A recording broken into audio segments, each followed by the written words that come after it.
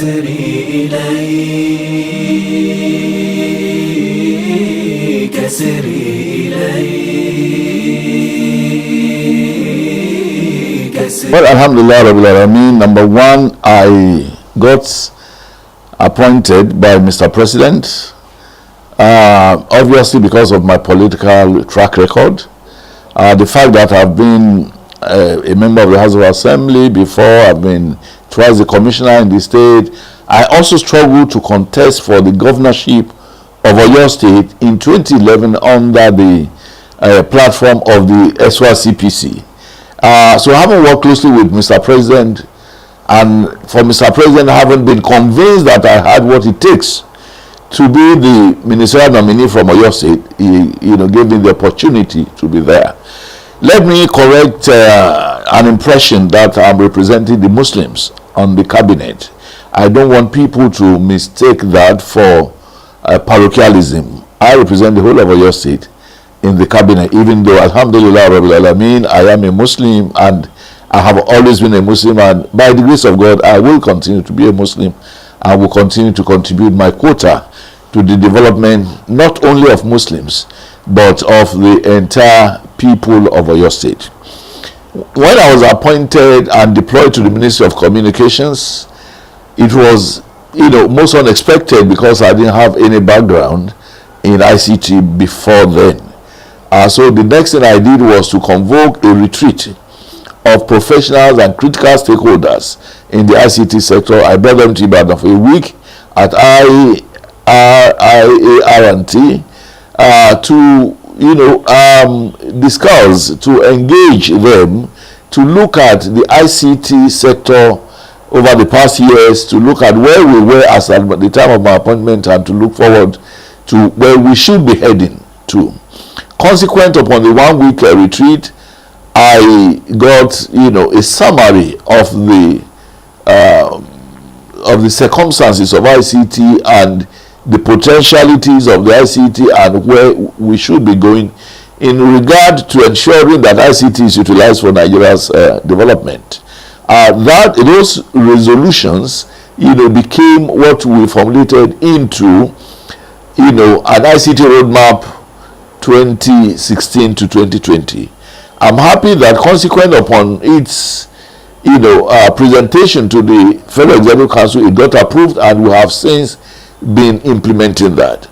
You recall that ICT and the Ministry of Communications in particular has a mandate to evolve required and critical policies for utilization of ICT to transform Nigeria and to create jobs and to create businesses and to create wealth for Nigeria.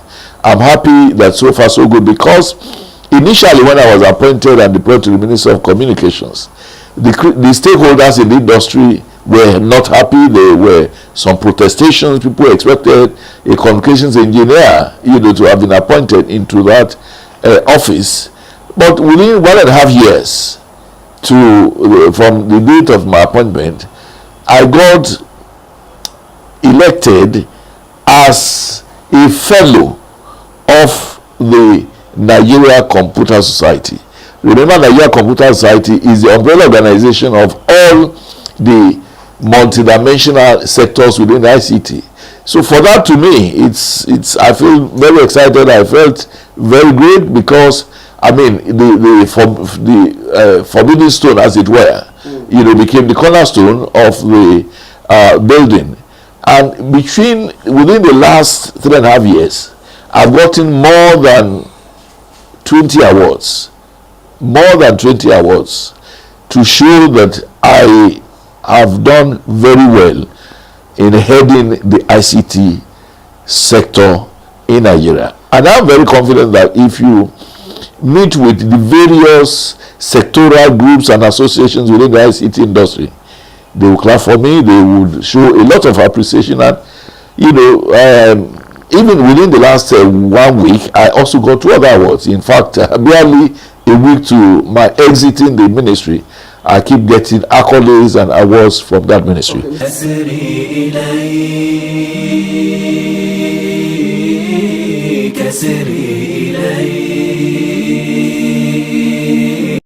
let me see, I've said that our own is to give policy direction.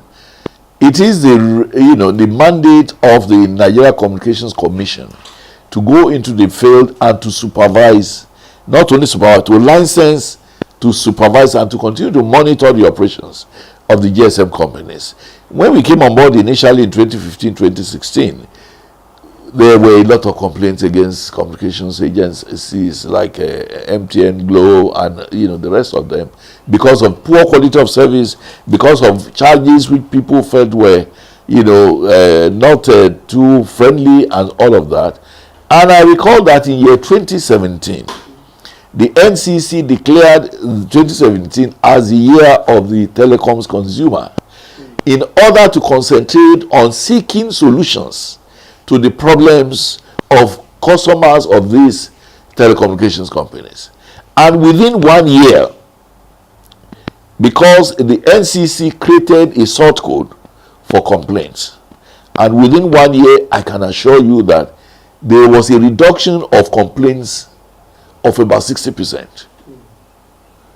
In other words, if, for instance, at the beginning of the year, there was maybe 200,000 complaints in a year. By the end of the year, it had reduced to about 40-50%. 40-50. Yes. And I want to believe that between the end of 2017 and now, there would have been much more reduction in complaints. And I think we should also go down to the basics. Why do we have complaints? What are the challenges that the GSM companies have? Of course, they have their own challenges which inhibit their performance. You would recall, perhaps a lot of members of the public don't know, every mast that you see around costs 40 million naira, each mast. And for a place like Ibadan, there's no way that you have less than 200 masts to be able to cover Ibadan. So you are talking of 40 million in 200 places for Ibadan alone. On top of it, for each mast site, you would also have 200 kVA generator to ensure that electricity is constant to drive the processing of the mast. Thirdly, you will need to fuel this mast 24 hours, 7 days a week, 30 days a month, 12 months in the year. Nigeria, is the only country I know where GSM companies would have to rely on their own electricity to drive it. So that would certainly bring, create, a lot of burden of costs on them. Now, that notwithstanding, there's also the problem of security. In many cases, even the megads being appointed, they are killed by hoodlums who go there to try to balkanize some of these equipments for their own, to satisfy their own greed. And I will tell you, I want to talk now as a statesman, not as a politician. If I want to talk as a politician, I would be one-sided, I would be unfair and very subjective. But as a statesman, I must say this. Nigeria is perhaps one where you have the cheapest rates. And I would give an example. Today, SMS costs 4 naira. If you go to Benin Republic, our next door neighbor, you pay 50 naira. 50 naira for SMS. In some other countries, you pay up to 150 naira. In some, you pay 100 naira. I travel all over the world, and so I'm in a position to give this very reliable information, which is very correct. And I don't have cause to tell lies anyway. Yet, all the agitations that the GSM companies continue to make for increase in tariff, government has said no, because it will create social problems in this country, social political problems. So we have always said no. So I can assure you that it cannot be so rosy for the companies. Perhaps what is assisting them to balance is the huge population of Nigeria.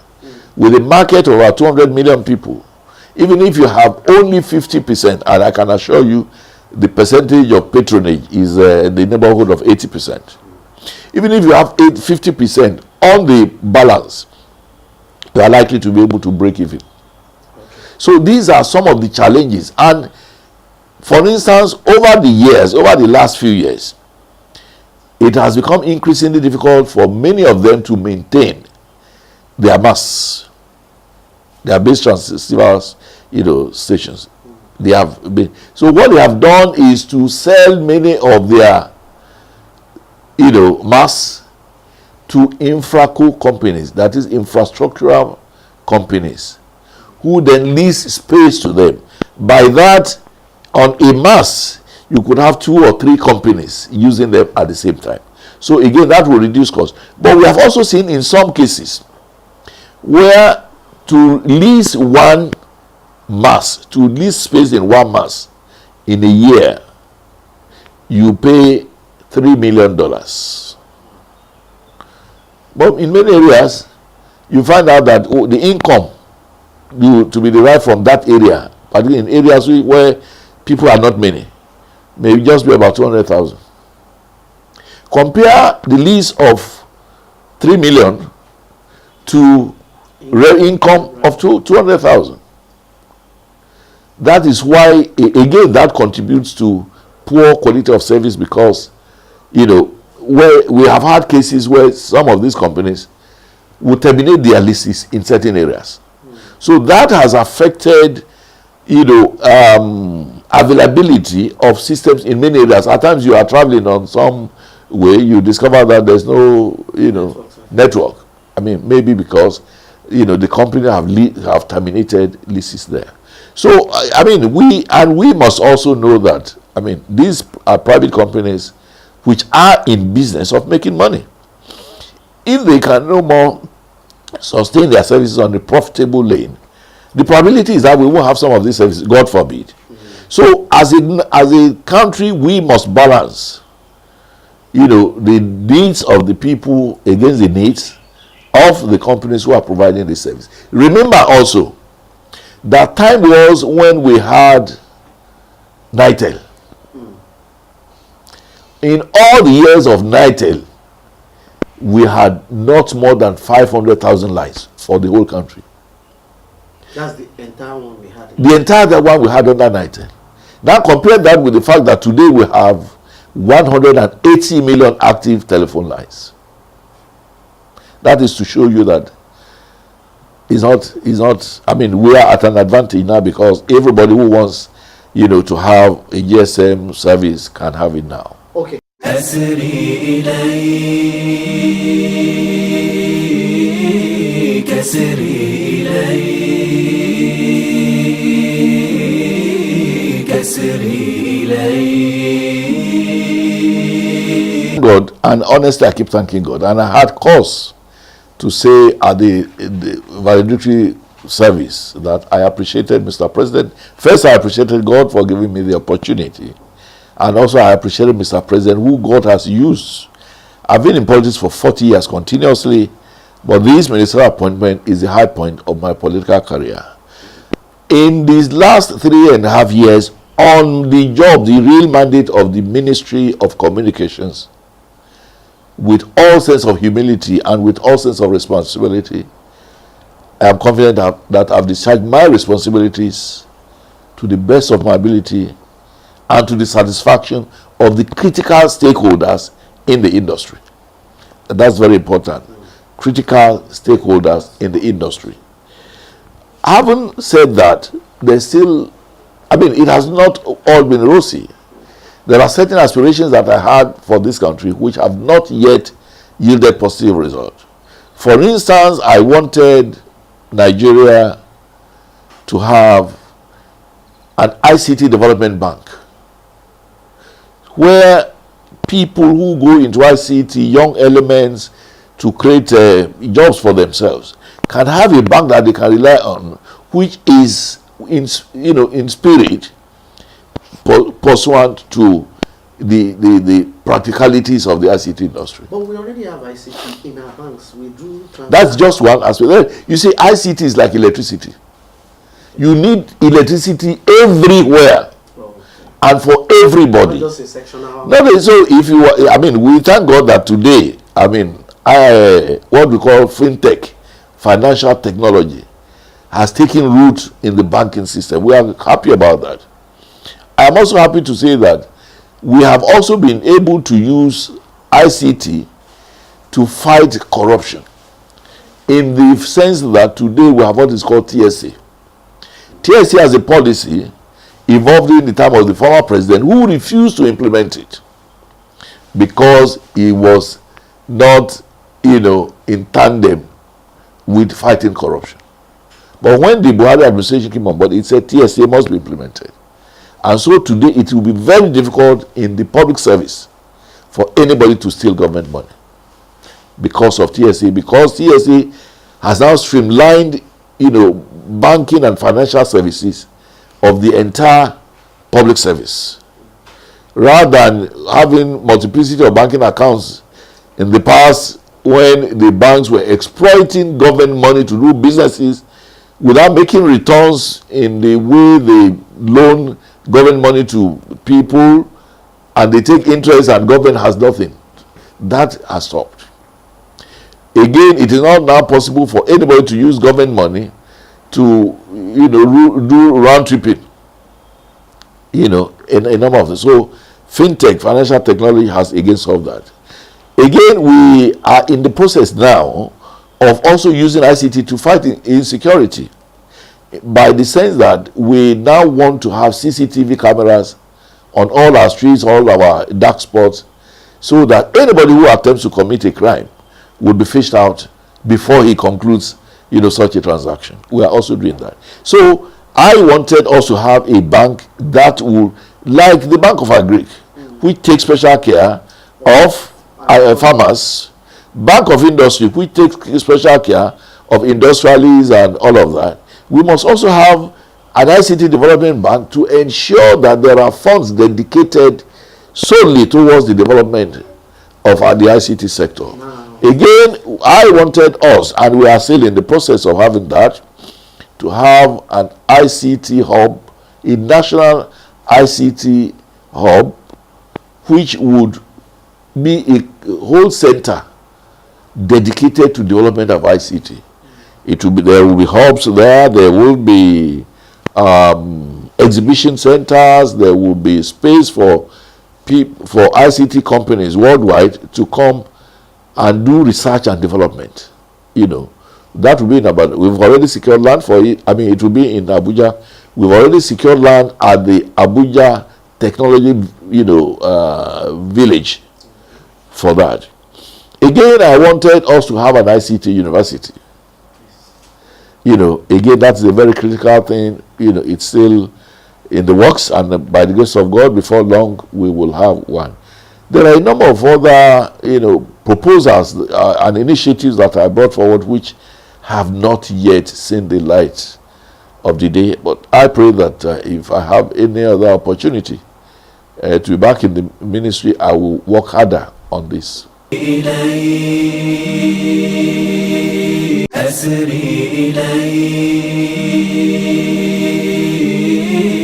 أسري إليك